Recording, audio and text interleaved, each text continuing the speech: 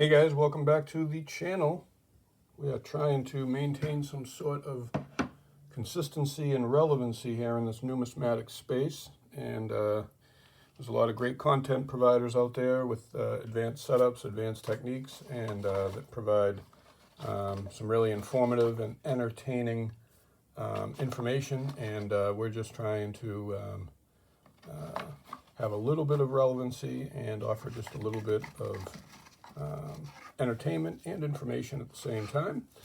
And today I thought I'd shift gears just a speck and do these Canadian Prooflike sets, some in original packaging and some in aftermarket packaging. I am not an expert on the subject, so if any of the information that I claim to be is false, please, you Canadian collectors and Canadian folk, please feel free to fire away and correct me where and when I am wrong. So without wasting a lot of time, we have not too many of these to go through, but we will jump right into it here, starting with this aftermarket set from 1960 that was put into this capital holder by a previous collector. You can see those nice Prooflike surfaces.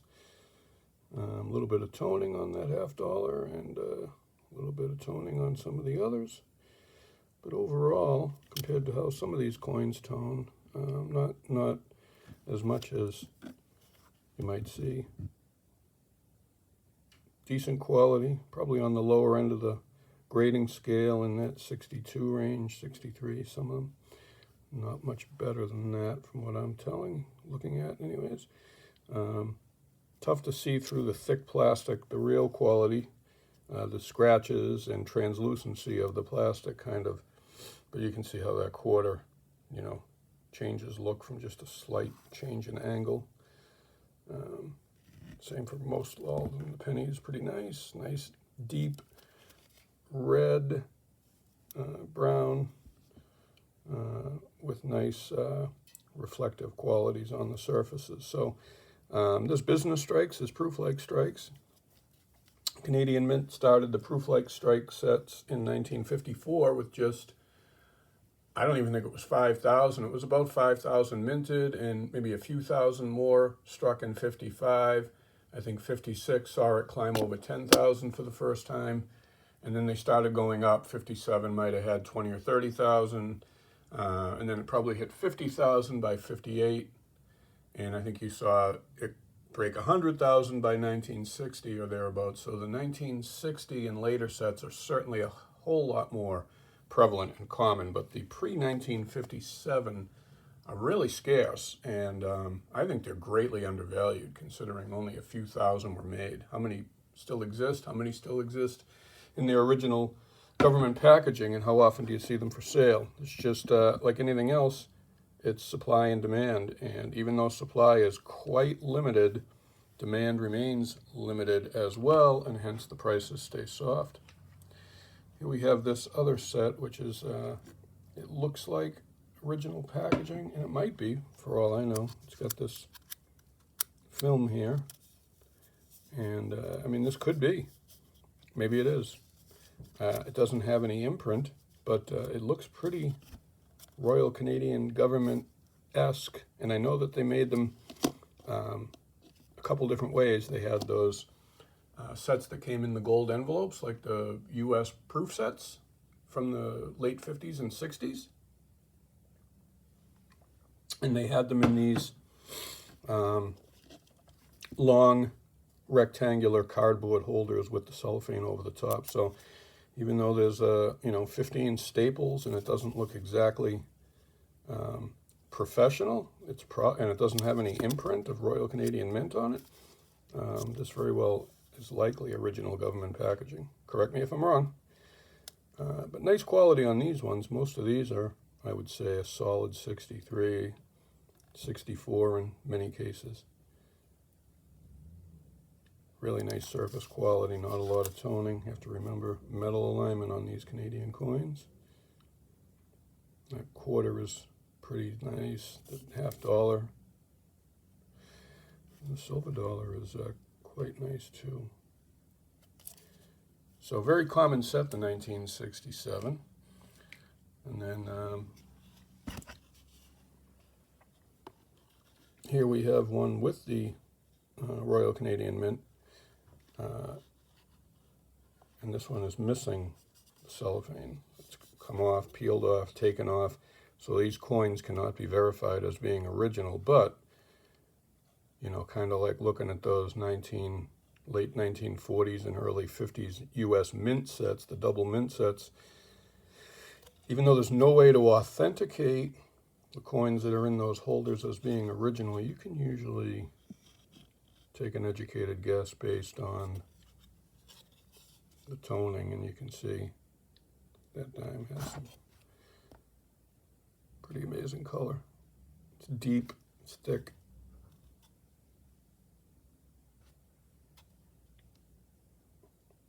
Excellent reflectivity.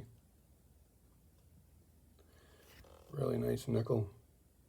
Deep, watery black, and look at that silver dollar, crusty. Even through that crusty, thick toning, you can see the reflectivity. Same with the $50 and the quarter. Lovely. In my opinion, not for everybody. Some people don't like that thick, dark toning. You know, it's not so much, I'm not looking for bright rainbows like after a rainstorm. Something about this original crustiness is appealing to me more so than the actual bright vividness of the color, although I like that as well, but I appreciate the originality of. Here's another 1960 set with the cellophane on it, so you can see the difference in the way the cellophane is. It's probably heat sealed. It's harder to see the coins through it, obviously, but you can see this quarter has started to tone up. I'm not going to capture it as much, and unfortunately I can't remove the cellophane, or it really impacts the value of the set. But not nearly as much toning on most of these coins as the one that was open. So the combination of the open air and the sulfur content has produced that thick, vibrant color. Let's see, the next one here is, I believe, from 1957, and we don't have the Royal Canadian Mint emblazoned on it, but we have the cellophane, which really helps with value. People want to know for a fact that those coins are original.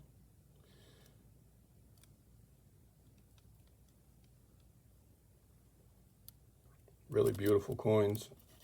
Kind of surprised that the demand suffers as much as it does.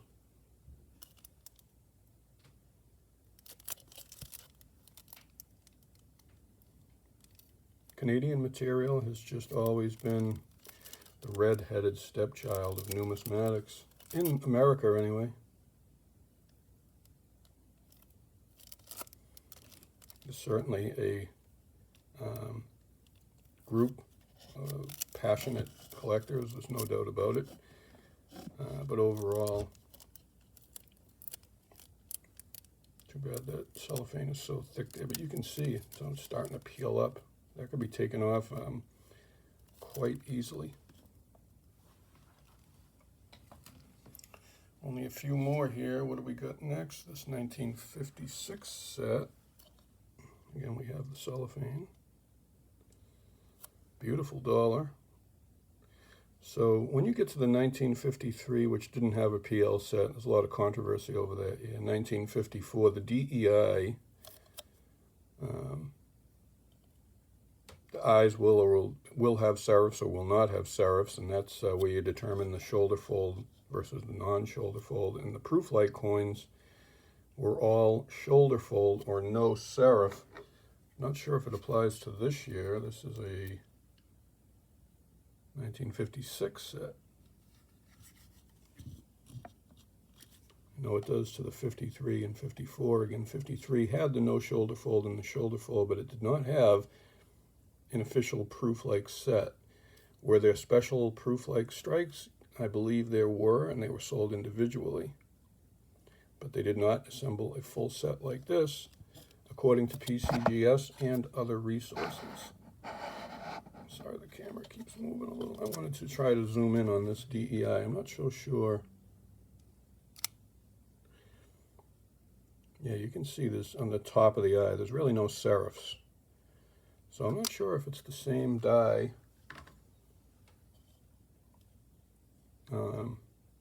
Even a couple of years later, it probably is, because this would be the no serif / shoulder fold variety. And again, folks, correct me if I'm wrong, we have even scarcer 1955 set without the cellophane. So really would diminish the value just because, you know, how do I know that these are the original coins? And the honest answer is you'll never know. And you just kind of have to use your own judgment by looking at them.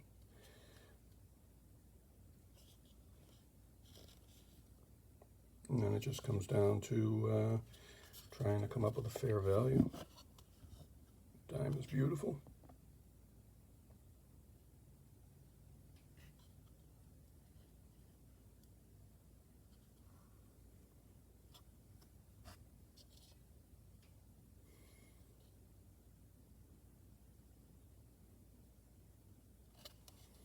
As is that $50 and quarter. Really pretty. May not be for you.